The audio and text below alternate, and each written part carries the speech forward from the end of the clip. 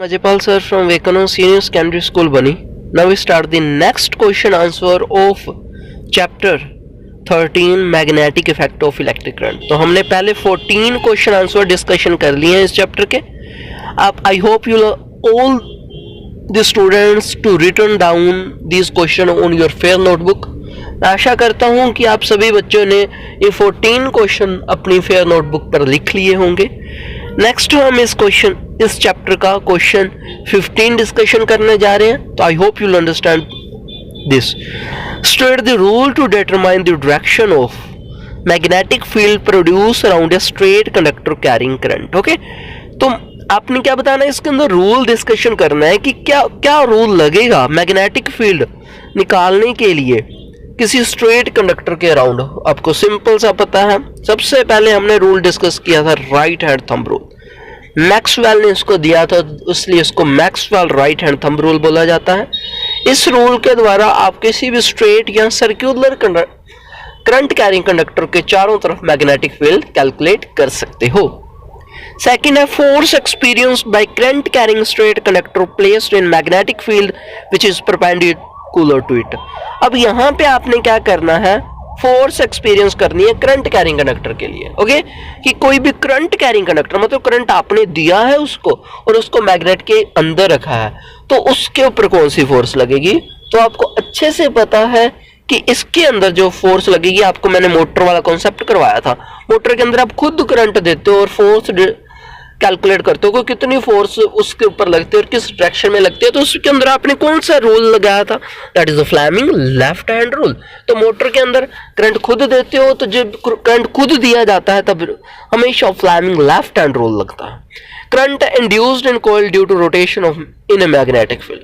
अब आपने बताना है करंट इंड्यूस की करंट जो पैदा होता है किसी कॉइल के अंदर, अगर उसको हम कोयल के अंदर रोटेशन खुद करवा रहे हैं और करंट उस कोयल के अंदर पैदा हो रहा है, तब आपने बताना है कि कौन सा रूल अप्लाई होगा. तो ये जनरेटर का कॉन्सेप्ट आ गया जो इस बार आपके सिलेबस से कट आउट हो चुका है. उसको बोलते हैं Fleming right hand rule. Okay, तो मैंने एक आपको ट्रिक भी बताई थी याद रखने की कि जनरेटर को आप राइट हैंड से ही चला सकते हो क्योंकि उसमें जोर लगता है रोटेशन करने के लिए, तो इसलिए वहां पे राइट हैंड रूल लगाना, Fleming right hand rule. Okay, चलो नेक्स्ट क्वेश्चन डिस्कशन करते हैं. Explain the underlying principle and working of electrical generator by drawing a label diagram. What is the function of the brush. तो यहाँ पे एक generator का question दिया गया है. मैं आपको एक बार पढ़वा देता हूँ, ये क्वेश्चन डिस्कशन हो जाएगा, वैसे आपके सिलेबस में नहीं है. Electrical generator work on the principle of electromagnetic induction. Electromagnetic induction मैंने आपको बताया था करंट प्रोड्यूस होना कब, जब आप किसी भी करंट कैरिंग कंडक्टर को नहीं, किसी सिंपल कंडक्टर को आप किसी मैग्नेट के अंदर रखोगे और वो कंडक्टर रोटेशन शुरू कर देगा और उसके अंदर करंट प्रोड्यूस हो जाएगा. According to it when a coil is rotated between the poles of magnet and induced current is set up in the coil. और जो करंट प्रोड्यूस होता है उसको इंड्यूस्ड करंट बोला जाता है. उस direction is given by Fleming right hand rule, जिसकी direction Fleming right hand rule से पता चलती है. अब देखो राइट हैंड रूल मैंने बताया था आपको. ओके, ये देखो इसका डायग्राम क्या है, same as it is motor का डायग्राम है. इसके अंदर जो आपकी रिंग्स होंगी वो स्प्लिट रिंग नहीं, slip ring, full ring use की जाएगी. ये देखो N और S दो मैग्नेट है, उसके अंदर ABCD कोयल प्लेस्ड है और दो फुल रिंग लगाई गई है R1 और R2, उसके साथ ब्रश कनेक्ट है. ओके, रिंग हमेशा याद रखो, रिंग हमेशा रोटेट करती है बट ब्रश जो होते हैं वो फिक्स रहते हैं. ओके, तो ये नीचे क्या रखा है कोई गैल्वेनोमीटर जिसमें करंट हमको पता चल जाएगा. वर्किंग, तो बढ़ते हैं working. When axle is attached to the two ring is rotated such that arm AB move up and magnetic और जो CD होगी वो move down होगी. Okay, and magnetic field produced by permanent magnet. उन्होंने बोला एक्सल को इस तरीके से रोटेट करो कि AB आर्म ऊपर की तरफ जाए, CD आर्म नीचे की तरफ जाए और इसके अंदर रोटेशन शुरू हो जाए. The coil ABCD is rotated clockwise in the arrangement. Okay, ABCD coil जो है clockwise रोटेशन शुरू करेगी. By applying Fleming right hand rule लगाओगे, इंड्यूस्ड करंट की डायरेक्शन आपको पता चल जाएगी, जो A to B होगी, C to D होगी. That's an induced current flow in ABCD direction के अंदर फ्लो करेंगे. If there are large current through the coil, अगर करंट ज्यादा जाएगा कॉइल से, this mean the current in external circuit flow from B to A. Okay, तो जो current है वो B to A फ्लो करना शुरू कर देगा. आफ्टर हाफ रोटेशन के बाद arm CD moving up and AB moving down. अब जो CD है वो ऊपर जाएगी, AB नीचे आएगी। As a result direction of induced current in both the arms change. अब देखो हर बार डायरेक्शन चेंज होगी।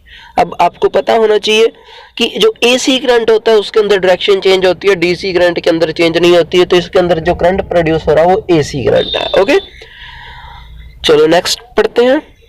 As a result, direction of the induced current in both the arm change, giving rise to net induced current in direction DC-BA. The current in external circuit now, external circuit के अंदर जो current अब B1 to B2 जाएगा। Thus, after every half rotation, polarity of the current reverse हो जाएगी। Such a current will change direction after equal interval of time. ऐसा current जो अपनी डायरेक्शन चेंज करता है हर इक्वल इंटरवल ऑफ टाइम के बाद, उस करंट को कौन सा करंट बोलते हैं? AC करंट बोलते हैं। This device is called AC generator, और इस डिवाइस को क्या बोलेंगे? AC जनरेटर बोलेंगे। When does electric short circuit occur? Short circuit कब होता है? तो आपको मैंने बता दूं, शॉर्ट सर्किट होता है जब लाइव वायर और न्यूट्रल वायर डायरेक्ट कांटेक्ट में आ जाती है। If ever the insulation wire used in electrical circuit is damage, insulation जो ऊपर जो रबर चढ़ी होती है वायर के वो डैमेज हो जाए, और there is fault in the appliance, किसी अप्लायंस में अंदर फॉल्ट आ जाए, लाइव वायर और न्यूट्रल वायर में come in direct contact, live और न्यूट्रल वायर डायरेक्ट कॉन्टैक्ट में आ जाती है।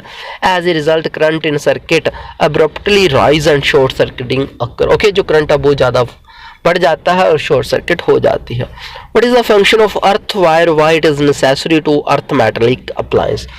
अब आपने बताना है कि अर्थ वायर का क्या काम। The metallic body of the electric appliance is connected to earth by means of the earth wire so that leakage of current is transferred to the ground। अब देखो जितने भी मेटल्स के अप्लायंस होते हैं, जैसे फ्रिज होगी, वॉशिंग मशीन होगी, उनके अंदर क्या होता है? उनके अंदर क्या होता है? यानी leakage of electric current is transfer to the ground. Okay, जो लीकेज होती है वो ग्राउंड के अंदर ट्रांसफर हो जाती है। This prevent any short circuit to the user, और इससे क्या होता है? शॉर्ट सर्किट से भी प्रिवेंशन रहती है। That is why earthing is electrical appliance is necessary. इसलिए अर्थिंग बहुत जरूरी है अप्लायंस के अंदर, किसी भी अप्लायंस के अंदर। ओके, तो ये आपके ये question answer 18 question answer discussion हो चुके हैं। ये आपने क्या करने हैं? अपनी फेयर नोटबुक के ऊपर ये सारे क्वेश्चन आपने लिखने हैं। तो I hope you understand all this question, आपको सारे क्वेश्चन समझ आ गए होंगे। तो ये सारे क्वेश्चन आपकी नोटबुक के अंदर कंप्लीट होने चाहिए। और अगर आपके पिछले चैप्टर की नोटबुक कंप्लीट हो जाती है तो आप क्या कर सकते हो? स्कूल आकर अपनी नोटबुक भी चेक करवा सकते हो। ओके, तो I hope you will understand all this concept. ये सारे आपको 18 के क्वेश्चन समझ आ गए होंगे। तो take care, stay home, stay safe, bye.